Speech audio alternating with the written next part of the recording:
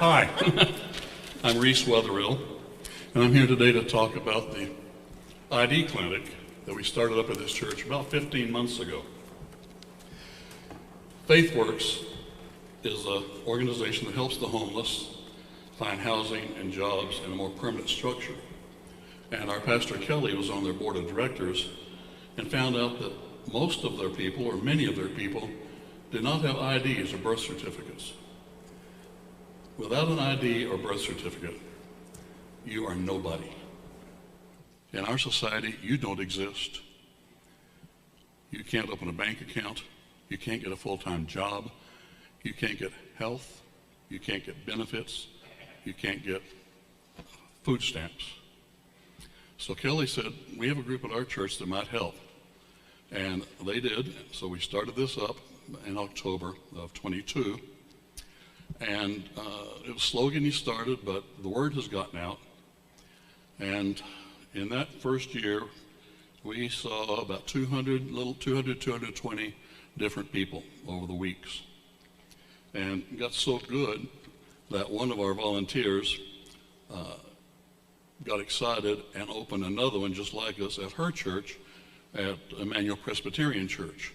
So they meet Tuesdays from 10 to 12, and we meet right here outside the office Wednesdays from 10 to 12 and do what we can.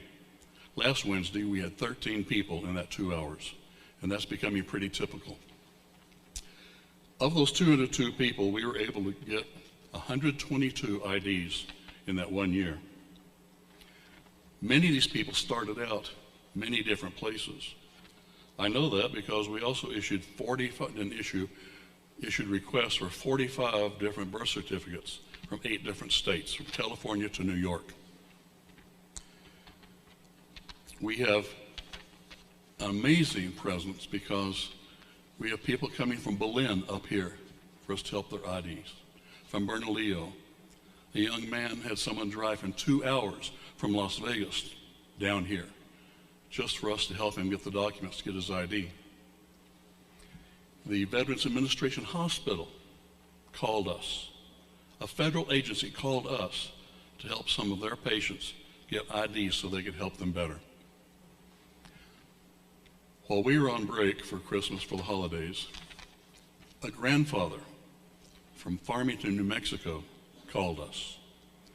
He said he and his wife finally found their grandson who had been missing, homeless for 2 years, and wanted to know if we could help.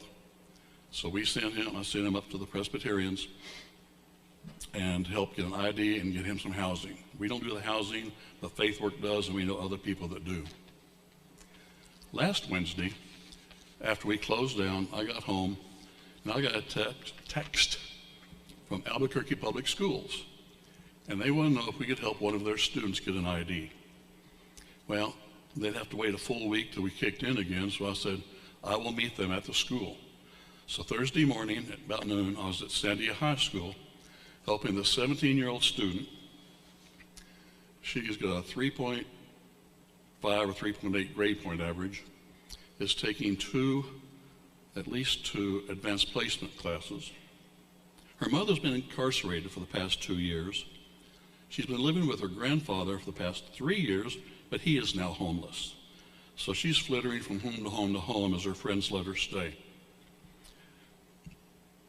She needed an ID because a bank would not accept her student ID to cash her checks from her 2 employers that she works for to support herself while going to school full time. So Friday morning, she was at MVD at 8:15 getting her ID because she didn't want to miss any classes. That's why she went that early. Those are some of the success stories. Our clients come from all over. They come from Vietnam. Luckily, they brought a translator because my Vietnamese is non-existent. We have a lot of purely Spanish-speaking people from Mexico, from Colombia, from Venezuela, who are up here trying to improve their lives in a safe environment. We had a man needing Portuguese translation. We even had a couple of Texans walk in the other day. Which proves, preacher, we will just accept anybody. But I think we've proven that with you. Because of all the Spanish, it would help us if someone could volunteer that knows someone that could be a Spanish translator. We had a young lady join us a couple of weeks ago, and she's wonderful, but sometimes everyone we get only speaks Spanish, and mine only goes so far, and Google Translate only goes so far. We're getting pretty good at this. We could also use another notary public, because I can't be here the only one, and right now I'm the only notary we have. But our presence here has turned out to be amazing. And it's you, my church, you, my family, that have done this. Because of your generosity, we can get someone here, and 20 minutes later, they can walk out that east door and go to MVD and walk out with a little laminated card about this big that says, I am somebody. I'm no longer nobody. Because of your generosity in sharing your space, we don't just give lip service to problems, we actually help the helpless. Because of your compassion, we give hope to the hopeless. Because of your faith and your presence, we can actually offer Christian love to those who don't ever exercise or feel love. They're not lovely at all. So I'm not here today to give a bunch of statistics on who we've helped, how we've helped them.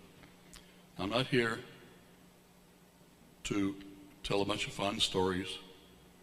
I'm here for one reason, and that's to say, thank you, church. Thank you, family.